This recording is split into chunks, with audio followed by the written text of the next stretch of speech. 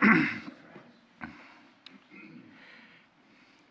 might seem a little ridiculous in our modern times and in our egalitarian society that we would spend any time at all concerning ourselves with a genealogy.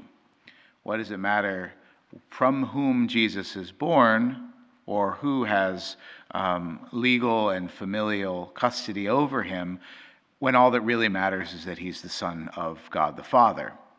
And this couldn't be further from the truth. It's an incredibly important thing, and especially at the time when this gospel was written, people gave a lot of time to genealogies, perhaps too much time. What Matthew is establishing here at the very beginning of his account is that the person he's going to be talking about is, in fact, the fulfillment of all of the Old Testament prophets. The most important of that fulfillment being that he is of the line of David and of the promise of Abraham. This is a Jew. Salvation must come from the Jews.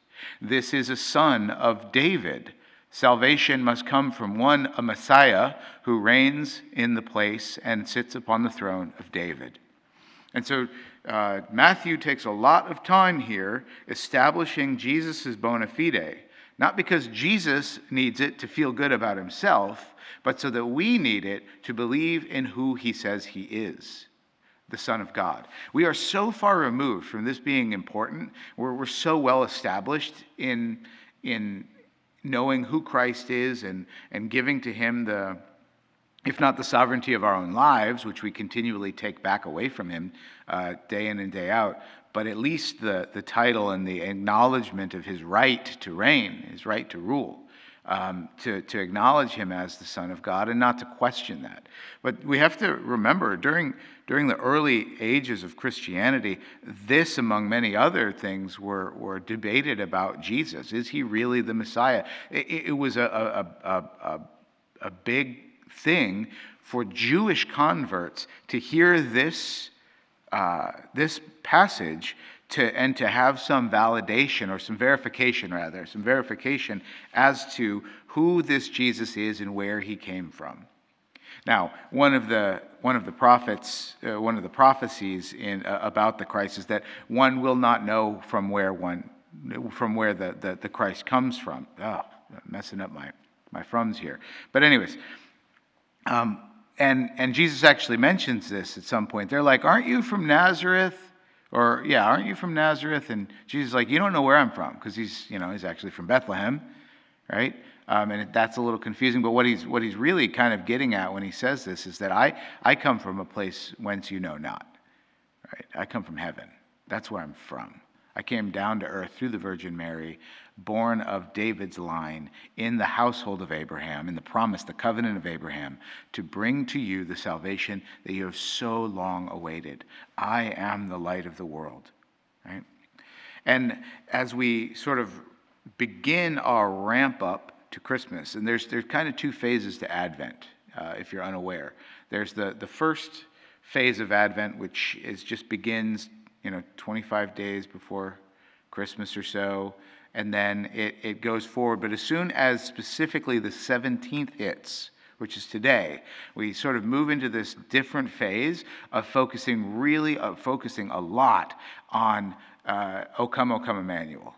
All the stuff that song sings. Have you guys ever actually paid attention to the words of O Come, Emmanuel?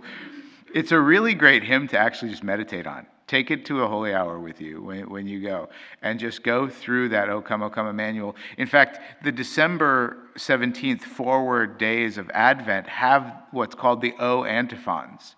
O Come, Emmanuel being one of those, of which a hymn is made. But I think it's the offertory antiphon, which isn't in the presiding missal. It's a sung antiphon, which I don't think we have access easily to during daily masses. I should look into that. Somebody remind me Sharon, look into that for me.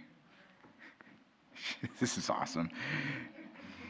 But it's a redoubling of our attentiveness to Christ. It's like, okay, we've been moving around, we've been putting up the garland, we've been preparing for the coming, we're making the house ready for Christ to come. But now is the time when every so often we glance out the window. Is he here yet?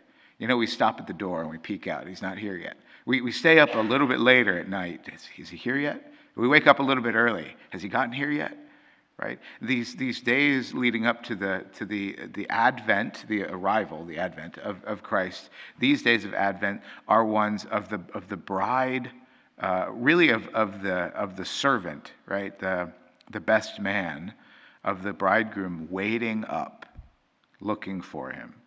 The best man who defends the bride while the husband goes away to prepare a place.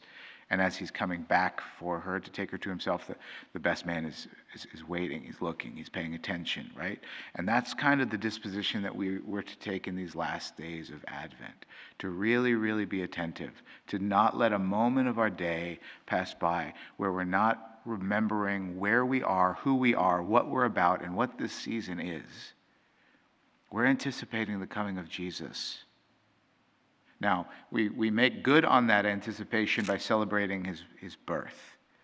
But what we're really doing is we're reminding ourselves that every moment of every day we remember who we are and what we're about and who we're waiting for, because he is going to come again. Because he has gone away to prepare a place for us. And he is coming back to take us to himself, so that wherever he is, we also may be. This, my Christians, is what we look for.